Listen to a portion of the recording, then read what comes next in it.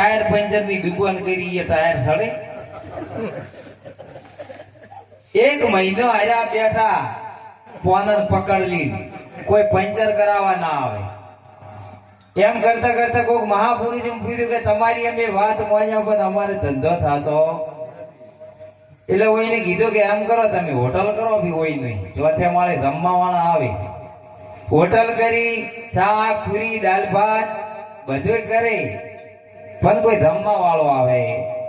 રમવા વાળું કેમ ના આવે ખબર છે?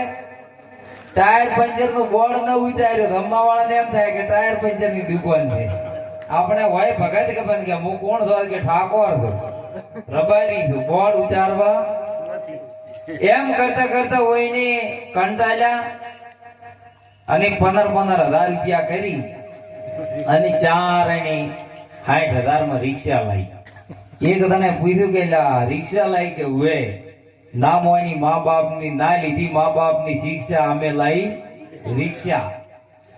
હવે અમદાવાદ જેવી સિટી માં હેડે ત્રણ જણા ચેડે બેઠા ને એક જણો મોરે કોઈ પેસેન્જર હાથ ન કરે, પેસેન્જર ના મન ને કે ભરેલી છે. એમ આ 10 સ્ટાન્ડ છે, આ રિક્ષા છે 3 ટાયર ની, નોમ રૂપ ની ગુણ 4 જણા હલાવે છે, હમવા જેતા મન બુદ્ધિ જીત ને અહંકાર છે. નકે અવતાર સાહેબ એવો મળ્યો છે જો સંત ની વાતમાં હદમમાં આવે તો તમારે 3 કાળમાં કોઈ ભૂવાળાથી બિયાવાની જરૂર.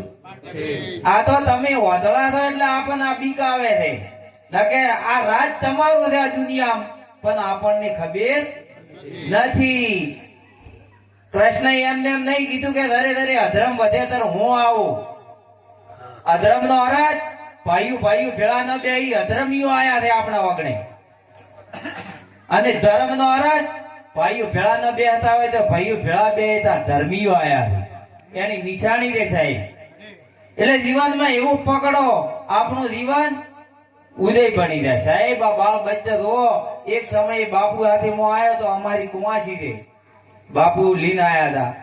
તારા ઘરે બહુ દુઃખ હતું અને સંતનો એવો ઉપકાર છે. તો નાનો દીકરી બેન દીકરીઓ આટલો આ સભામાં બોલવું બહુ કઠિનતાની વાત હોય સાહેબ.